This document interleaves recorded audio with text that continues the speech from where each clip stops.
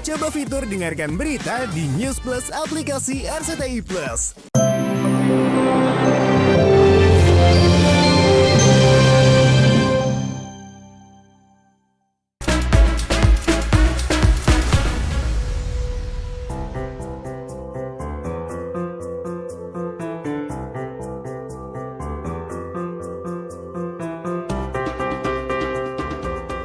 Pemirsa, El Barak Alexander seolah resmi mengikuti jejak orang tuanya, Jessica Iskandar dan Vincent Verhaeghe dengan terjun ke dunia hiburan.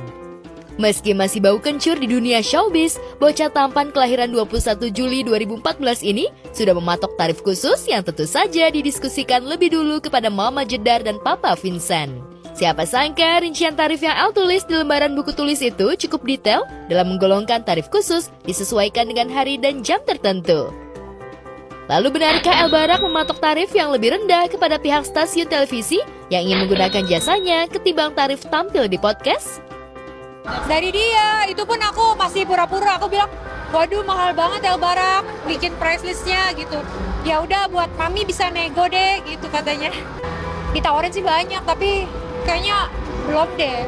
Belum bisa tanggung jawab sebesar itu, apalagi kalau program TV itu kan butuh dedikasi, waktu, keseriusan, fokus. Kalau aku rasa El belum. Bak manajer artis daftar El Barak Price for Shooting yang ditulis tangan El Barak itu juga mencantumkan riders atau permintaan khusus artis kepada pihak sponsor sebelum syuting dimulai. Untuk podcast, El hanya mau tampil bila diperbolehkan membawa gadget pribadi. Dan yang lebih menarik dan penting, El Barak meminta tarif di muka atau tarif dibayar lunas sebelum syuting dimulai.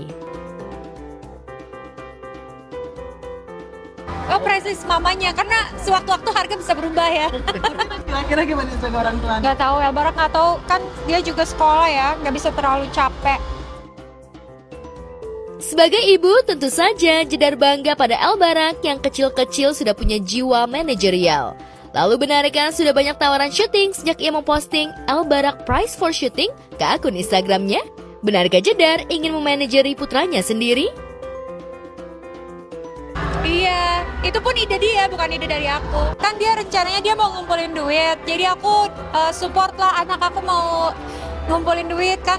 Artinya dia sekarang lagi belajar mengenal value of money, jadi biar dia semangat, jadi aku dukung. Jangan tiba-tiba dia punya rencana terus langsung aku patahkan, langsung aku belikan, jangan. Jadi biarin dia berusaha dulu. Memasuki tahun 2025, El Barak seolah terinspirasi oleh saudara sesusunya, Gempita Nora Martin, yang resmi terjun di dunia showbiz. Bedanya, Gempi memilih jalur musik sebagai debutnya, yang ditandai dengan perilisan single perdana Putri Gading Martin dan Gisela Anastasia itu. Sedangkan El seolah belum siap masuk dapur rekaman, hingga dalam daftar tarifnya pun tidak ada tarif untuk perform menyanyi. Benarkah Jedar lebih setuju El Barak terjun ke dunia akting? Aku sih maksudnya bukannya gimana-gimana, tapi aku pasti harus membatasi juga kegiatan anak aku gitu. Aku juga pilih-pilih, karena kan kasihan kalau kecapean. Terus kasihan juga kalau dia sampai nggak fokus sama sekolahnya.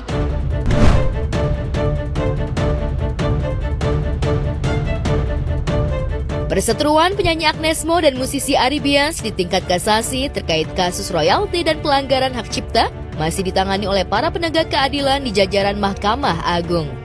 Dunia musik Indonesia pun seolah terbelah menjadi dua kubu Agnes dan kubu Ari Bias. Ari Bias didukung oleh musisi senior yang tergabung dalam aksi atau Asosiasi Komposer Seluruh Indonesia yang digawangi Ahmad Dhani, Piyu Padi, Badai Krispati, dan sederet musisi kawakan lainnya. Sementara sebagian yang mendukung Agnes adalah para vokalis dan musisi yang tergabung dalam Visi atau Vibrasi Suara Indonesia yang digawangi oleh Ariel Noah, Judika, Vidi Aldiano, Iis Dahlia, dan banyak lagi, resmi membuat akun resmi @Vibrasi Suara Indonesia untuk membela hak-hak penyanyi Indonesia. Tanpa menafikan dukungan sejumlah penyanyi terhadap dirinya, Agnes Mo menunjukkan tajinnya sebagai penyanyi profesional yang sudah diakui oleh dunia. Gerah dituding tak mau bayar 1,5 miliar pasca kalah dari Ari Bias di Pengadilan Niaga Jakarta Pusat, Agnes pun menyebut bahwa perlawanannya kepada Ari Bias bukan semata-mata soal uang. Agnes justru menuding pencipta lagu Bilang Saja itu telah melakukan kebohongan publik sejak pertama kali preskon terkait dugaan pelanggaran hak cipta dan royalti. Tudingan itu disampaikan Agnes dengan jelas saat ia tampil di podcast Deddy Corbuzier beberapa waktu lalu.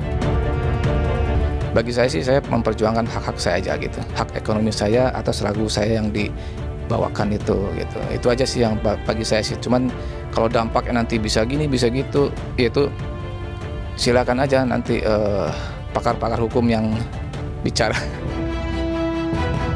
Sudah bergulir tahun 2023 lalu, pihak Agnes memang tak menanggapi gempuran pihak Aribians karena saat itu ia tengah fokus dengan sejumlah proyek musik di Amerika hingga tak tahu kalau di Indonesia namanya tengah dipergunjingkan sebagai diva pop yang tak menghargai pencipta lagu. Di podcast Deddy Corbuzier, Agnes juga menyatakan bahwa ia terlambat sampai 8 bulan membaca chat dari Ahmad Dhani yang ingin berbicara dengannya secara khusus. Saat itu, Agnes belum kepikiran bahwa yang ingin dibicarakan Ahmad Dhani adalah tuntutan Aribias terkait royalti lagu Bilang Saja. Dia itu ada hubungin, tapi soal kasih dia minta video mendukung dia di DPR. Jadi nggak ada Kami tidak mendapatkan, para pencipta lagu ini tidak mendapatkan porsinya, tidak mendapatkan hak yang sewajarnya. Nanti tanyakan aja kepada Agnes kalau ketemu ya. Dari 2014 sejak undang-undang ini berlaku sampai tahun ini sudah berapa miliar yang dihasilkan dari lagu-lagu kami. Nah, lalu ditanyakan kepada pencipta dapat berapa? 0. Secara pribadi, Agnes merasa tidak ada masalah dengan Aribias. Terakhir kala bertemu dengan musisi bernama asli Ari Sapta Hernawan itu pada tahun 2004 saat usianya baru 18 tahun. Yang menarik, Agnes mengaku sudah ratusan kali menyanyikan lagu Bilang Saja dalam sejumlah konser dan selama ini tidak ada pernah masalah karena pembayaran royalti terhadap lagu itu dibayarkan oleh pihak penyelenggara acara. Dalam perjanjian tertulis, setiap konser maupun tampil sebagai penyanyi undangan, manajemen Agnes menerapkan klausul khusus dan detail yang menjelaskan bahwa Agnes tidak mau dikaitkan dengan perizinan dan pembayaran royalti lagu-lagu yang akan dinyanyikannya. Gue tahu undang-undang ya, kecuali kalau kontraknya ada bilang bahwa sementara kontrak gue nggak ada bilang gitu sama sekali. Belakangan, Lembaga Manajemen Kolektif Nasional atau LMKN yang digawangi Marcel, Ike Nurjana, Andre Hehanusa, dan banyak lagi semakin gencar membela Agnes Mo. Namun Agnes Mo merasa tidak dibela oleh seniornya yang kini eksis mengolektif royalti lagu itu. Diva pop yang mengaku pernah dibayar 150.000 untuk satu episode sinetron itu justru menilai sejumlah pihak yang ingin memanfaatkan perseteruannya dengan Aribias. Lalu benarkah Agnes merasa dirinya dijadikan tumbal? Harusnya LMK-nya itu kalau menurut gue nggak usah banyak-banyak ada LMK di sini. Kalaupun mau banyak, please transparan. Udah kayak manajemen fee aja lah. Karena kita juga ngerti kok, lu harus sewa kantor, lu harus bayar pekerja, ya kan. Sebenarnya mah kalau dua-duanya diuntungkan tuh nggak akan ada kayak gini. Permasalahannya adalah pencipta mungkin selama ini kenapa Aribias begitu, karena dia mungkin tidak mendapatkan haknya. Kita nggak mau suara kita nanti karena latar kita berbeda-beda, jadi kita pengen suara kita tuh satu ini aja, satu pintu atau kita yang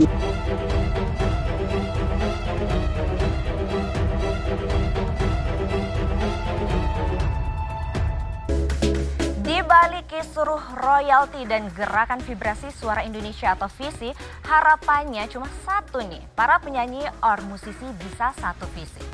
Sementara itu, Agnes menolak membayar Aribias 1,5 M dan fix mengajukan kasasi. Semoga ada titik terang dari kasus royalti dan musisi tanah air bisa satu suara ya pemirsa. Oke, coming up next, Cristiano Ronaldo datang ke Indonesia. Atta Halilintar dan sejumlah selebriti pecinta sepak bola siap bertemu CR7. Kira-kira agendanya apa aja ya pemirsa? Berita selengkapnya after this break, tetap di Go Sports. Bisa ketemu, tapi nggak tahu katanya mau ke Jakarta dulu nih. Pengen banget sih ketemu, tapi nggak tahu deh gimana ya.